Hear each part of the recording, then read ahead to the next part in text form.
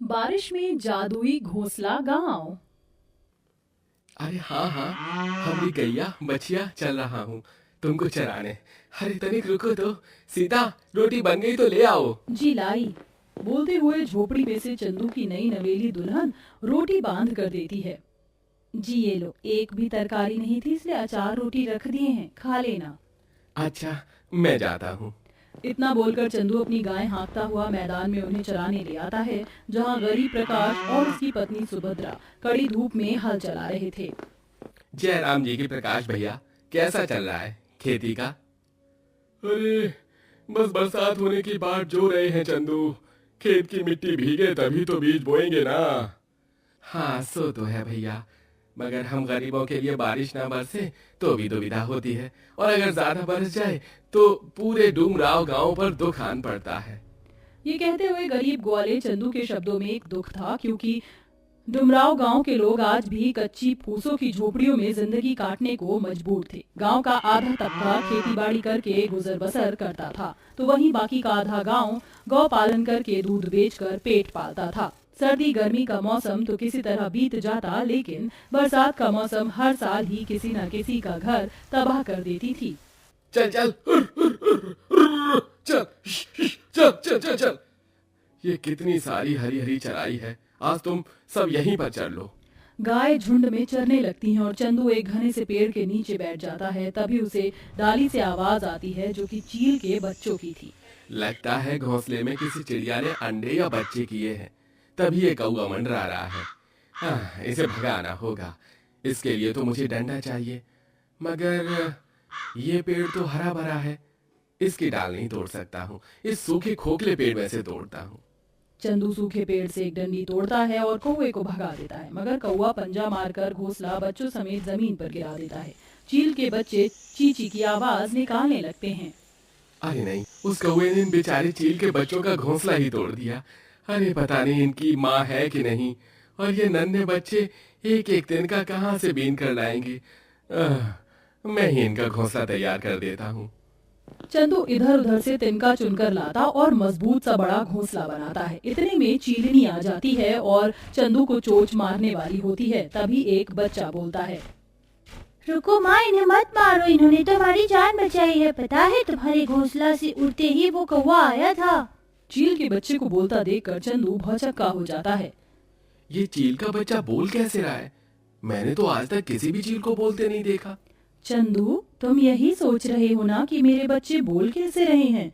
दरअसल मैं एक जादुई चील हूँ जो बोल सकती हूँ। तुम्हारा बहुत बहुत धन्यवाद जो तुमने मेरे बच्चों की जान बचाई, वरना वो धूर्त कौवा तो आज मेरे अंडों बच्चों को मार देता। बारिशों का मौसम शुरू होने वाला है ना, इसलिए मैं तिनकों की तलाश में गई थी ताकि एक मजबूत घोंसला बना सकूं, मगर तुमने मेरा काम आसान कर दिया। इसका आभार मैं कैसे चुकाऊंगी? तुम इसी गांव में रहो, मेरे बनाए घोंसले में। वह घोंसले को पेड़ पर रख देता है, जिसमें चील का परिवार बस जाता है। तभी आसमान में काली काली घटा छा जाती है और बादल उमड़ने घुमड़ने के साथ बारिश शुरू हो जाती है। चंदू अपनी सारी गायों को हाँकता हुआ घर ले आता है। उस दिन सबके घर में जल्दी चूल्हा जल जाता है, मगर बूढ़े दर्शन दुलारिया के घर का चूल्हा अभी उपास पड़ा था। अजी आज बनाने को अन्न का एक दाना नहीं बचा है। शायद भगवान ने आज हम बूढ़े बुढ़िया के भाग्य में रोटी लिखी है। नमक पानी पीकर सो जाएंगे। तभी कोई दरवाजा खटखटाता है, जहाँ सुभद्रा और प्रकाश खड़े थे। ऐसे कैसे भूखे सोएंगे आप काका काकी? रोटी लाई हूँ, खा लो आप दोनों। जुग जुग जी सुभद्रा, भगवान तेरा घर आबाद रखे। पूरा गांव बरसात के उस रात में रूखा सूखा खाकर सो जाता है, मगर रात भर भारी मात्रा में मानसूनी बरसात होती है, जिससे डुमराव नदी का पानी उफान पर आ जाता है और पूरे के पूरे गांव में बाढ़ आ जाती है। सबकी झोपड़ियां तिनकों के जैसे टूट जाती हैं। इधर बारिश के कहर में जंगल के पंछी भी कोलाहल मचा रहे थे। गांव के निवासी अपना बचा कुचा सामान बांधने लगते हैं। तभी बिरजू अपनी बैलगाड़ी लाता है। अरे जल्दी करो, सबके सब अपनी अपनी जान बचाओ और भागो यहाँ से। अरे जल्दी जल्दी सब बैलगाड़ी में चढ़ जाओ, थोड़ी देर में पूरा का पूरा डुमराव गांव बारिश में डूबने वाला है। अरे सुभद्रा छोड़ दे सामान, जान सलामत रहेगी तो लाखों पाएंगे। दुख के मन से सुभद्रा अपने घर को निहारते हुए बैलगाड़ी में बैठ जाती और बाकी के लोग सर पर सामान रखे पैदल पैदल चल रहे थे। पूरा गांव सूखे स्थान की तरफ बढ़ रहा था, मगर चंदू की जान अभी भी उस चील के घोंसले में अटकी हुई थी। अजी तुम कहाँ जा रहे हो? गांव वाले भी जा रहे, चलो जल्दी, पानी बढ़ रहा है।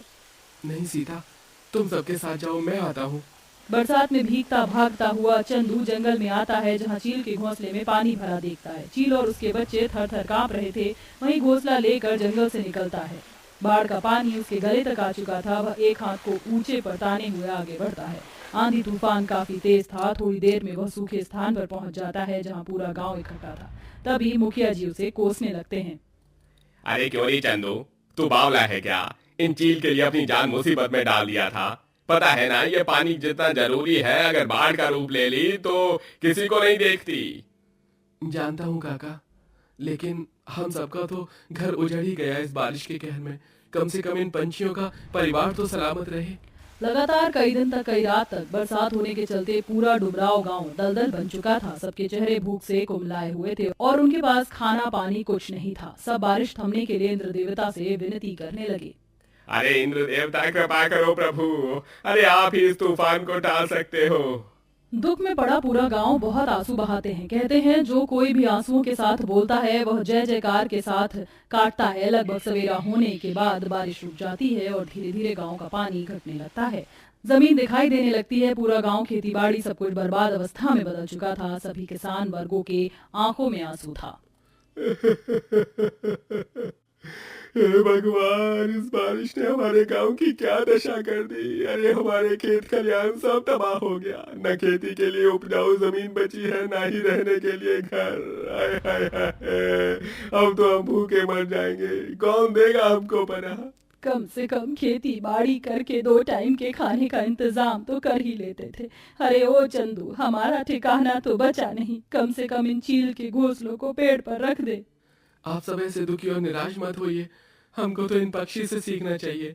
जब तूफान में इनका घोंसला बार बार टूट जाता है, फिर भी ये अपनी नन्ही सी चोंच में जगह जगह से तिनका चुनकर लाते हैं और अपना घोंसला बनाते हैं। तो क्या हम अपना घर नहीं बना सकते? भगवान ने हमें तो हाथ पैर दोनों दिए हैं। अरे पर कैसे बनाएंगे घर इस बरसात में? सूखी भूस भी कहाँ मिलेगी?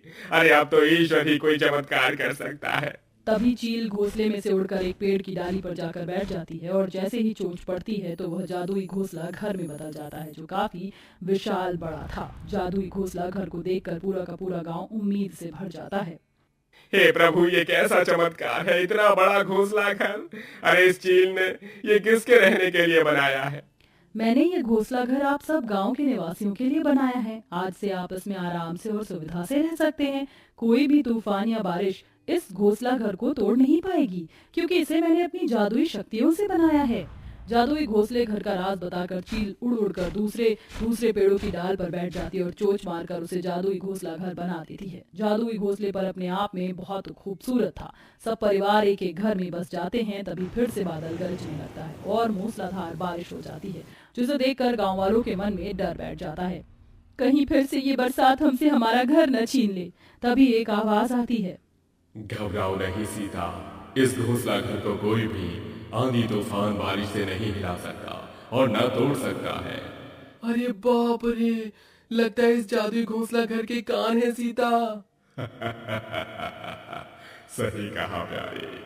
जादुई घोंसला घर सबको कपड़े खाना मुहैया करता है, जिसे खाकर सब अपनी भूख को शांत करते हैं और अब सबके परिवार जादुई घोंसले घर गांव में बेहद कुशलता से रहने लगते हैं, जहां आज भी पक्के घर मकान तो नहीं थे, लेकिन सुख शांति बहुत ही थी।